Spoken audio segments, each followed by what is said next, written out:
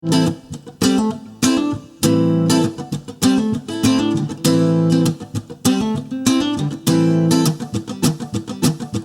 a foolish game. Bonjour, Semaine nationale des Business Angels, 15e édition. Une autre vidéo pour présenter un lauréat de l'innovation 2020, catégorie embarquement. Et la start-up lauréate est Epure. Elle est représentée par les deux cofondateurs, M. Ilias Zinstag et M. Pierre Giusti. Dans les autres vignettes sont présents M. Philippe Catin-Vidal, représentant Méliès Business Angels, et le partenaire, la région Occitanie, qui est représenté par M. Gilles Roche en tant que président d'Occitanie Angels. Monsieur Catin-Vidal, je commence par vous.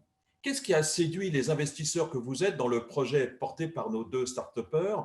Et je crois que vous avez un petit attachement affectif envers Epure, ou en tout cas envers des start-up telles que la sienne.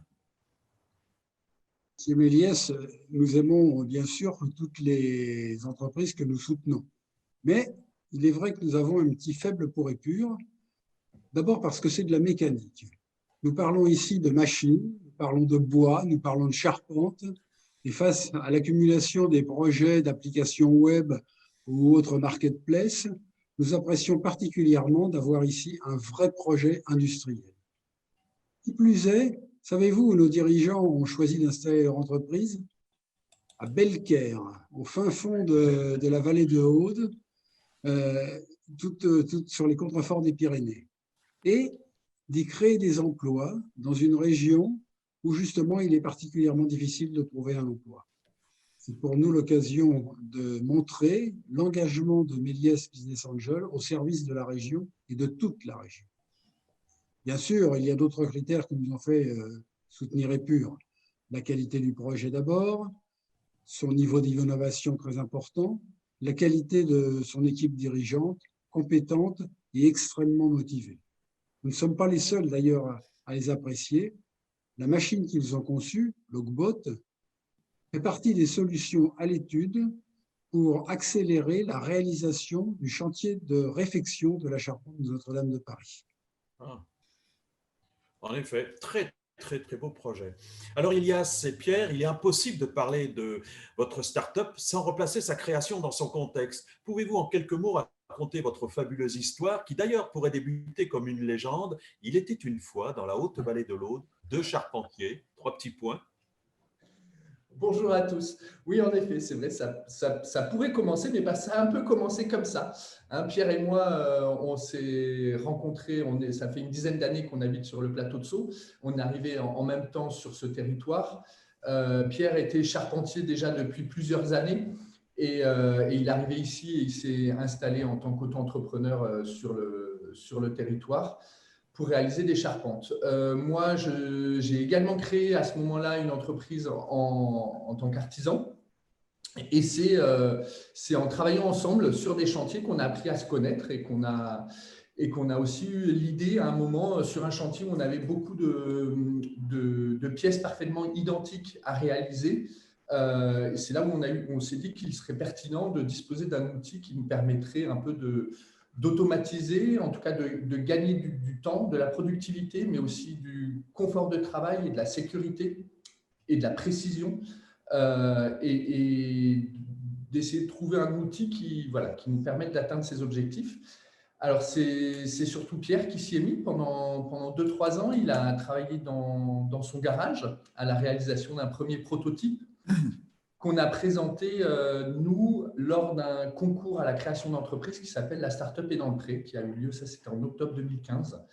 Et suite à ça, ça nous a permis de lancer le projet. On était dans l'écosystème de la création d'entreprise du territoire. Et voilà, de fil en aiguille, en 2016, on crée l'entreprise avec le premier brevet. En 2017, on a un premier proto avec lequel on peut aller faire des démos. Et la première machine vendue, c'est en 2018, décembre 2018. Voilà pour un rapide historique de… Oui, non, mais c'est très bien. Merci Ilias, merci Pierre. Alors aujourd'hui, après 3 ans de RRD, 3 brevets en poche, après avoir réussi ce pari d'associer l'électroportatif et la commande numérique dans un robot qu'on dit simple d'utilisation et d'un coût modéré, quels sont vos projets? Alors, nous, juste pour faire un petit détour pour vous décrire ce qu'est notre machine, au fait, c'est une machine, c'est très simple, hein. C'est une défonceuse qui est montée sur 3 axes et les 3 axes sont commandés numériquement. Voilà. Ou autrement dit, on peut l'imaginer comme une commande, comme une imprimante 3D, mais inversée, c'est-à-dire qu'au lieu de poser de la matière, elle va en enlever, et cela dans la matière du bois. Alors nous, quant à nos projets actuellement, donc nous, bon, commercialement, on continue à se déployer en France, mais notre objectif, c'est quand même dès 2021 de vendre les premières machines à l'export. Ça, c'est une chose. Alors l'export, ça va être d'abord en Europe et ensuite en Amérique du Nord. Mais ensuite, quant à nos autres projets, c'est du coup de continuer à développer ce concept de machine où on associe du portatif avec du numérique, mais par exemple de proposer une machine pour les menuisiers, ensuite une machine pour la charpente, mais industrielle cette fois-là. Et une fois qu'on aura fait ces 2 éléments de machine complémentaires, on passera à d'autres matériaux que sont par exemple la pierre ou le métal, toujours sur des machines qui associent le portatif et le numérique. Il ne reste plus qu'à voir faire. En tout cas, voici l'instant officiel où, en votre présence, Monsieur Catin Vidal, représentant Méliès Business Angels, nous faisons appel aux partenaires, en l'occurrence la région Occitanie. Et c'est vous, Monsieur Roche, en qualité de président d'Occitanie Angels, qui allez remettre virtuellement le trophée. Eh bien oui, c'est au nom de la région Occitanie que j'ai le plaisir de remettre à l'entreprise Épure et à ses dirigeants ici présents le trophée de l'innovation 2020 de Méliès Business Angels en catégorie embarquement. Un mot de remerciement, Ilias, Pierre? Alors, merci beaucoup pour cette belle reconnaissance que nous a apporté Méliès. Et voilà, moi, dans tout le processus, ça a été un travail qui a pris quelques mois, mais qui était fort intéressant, en tout cas pour nous et pour le développement de notre entreprise, de pouvoir rencontrer les instructeurs de chez Méliès. On va remercier aussi la région parce que c'est un partenaire important pour nous aussi dès le lancement de notre projet, hein. En octobre 2015, il y avait certains conseillers régionaux qui étaient présents pour nous remettre aussi notre premier prix de création d'entreprise. La BPI aussi, qui est un partenaire très important. On va citer aussi EDF, une rivière, un territoire qui agit sur notre territoire et qui nous ont aidés au lancement du projet.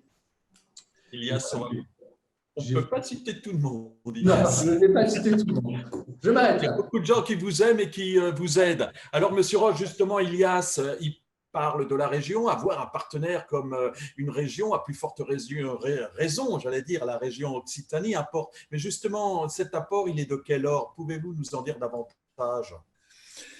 Oui, alors il ne vous a pas échappé que je n'étais pas Carole Delga, qui malheureusement n'est pas disponible, mais je vais essayer de parler modestement comme elle, peut-être. Bon, parmi les objectifs prioritaires de la région, il est clair qu'il y a le développement des entreprises, donc toute la partie économique, et notamment, si on se base sur les atouts de la région, aussi bien du côté de Toulouse que du côté de Montpellier, il y a l'innovation et la valorisation de l'innovation, puisque c'est cette région est extrêmement fertile en innovation de premier plan au niveau mondial. Donc, pour valoriser l'innovation, il faut des startups innovantes.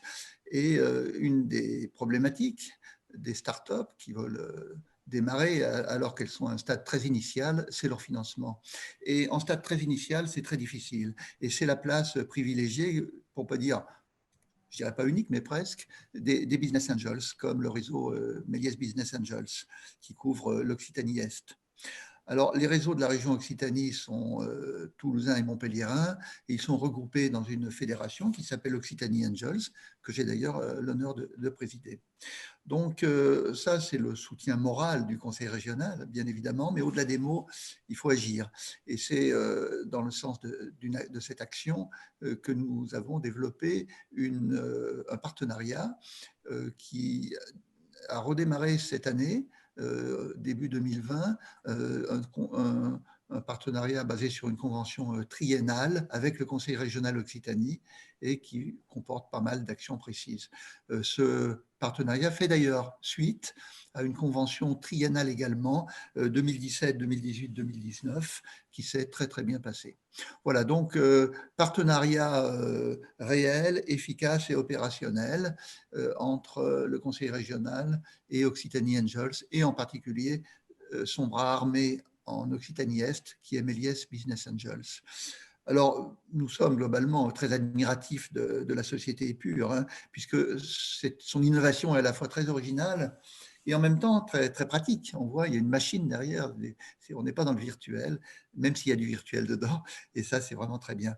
Et surtout, l'équipe est particulièrement motivée et passionnée, donc nous souhaitons, nous, Conseil régional, je parle en son nom, à Épure, nous souhaitons bien sûr nos meilleurs voeux de succès.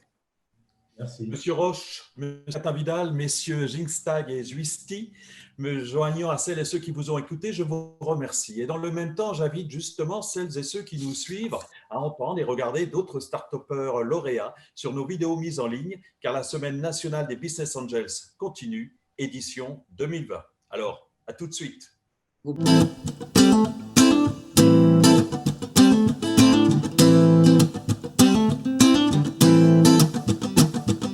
Life's a foolish game.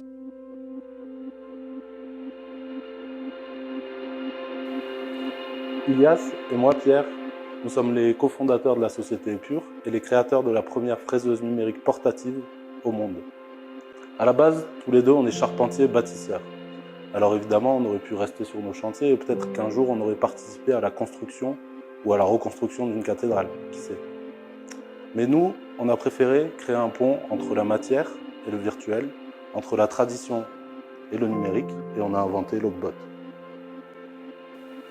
Donc le métier de charpentier, on l'a pratiqué pendant plus de 10 ans et on s'est souvent retrouvé dans des situations sur des chantiers où il fallait fabriquer 30, 40, 50 pièces exactement identiques à la suite. Et c'est là qu'on s'est dit de manière très pragmatique qu'il nous fallait un outil pour améliorer notre productivité. Donc qu'est-ce qu'on a fait? On a regardé ce qui existait sur le marché et on s'est rendu compte que d'un côté, il y avait les petits outils électroportatifs qu'on utilisait nous-mêmes et de l'autre, les centres d'usinage industriels de fabrication de charpente.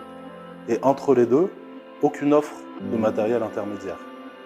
Donc nous, ce qu'on a fait, c'est qu'on a pris les avantages de ces deux types d'outils, à savoir l'aspect mobile et modulaire et l'aspect numérique et automatique, et de les marier dans une seule machine, un robot, Logbot. Alors Logbot, c'est une première mondiale et c'est pour ça qu'on a posé un brevet dessus.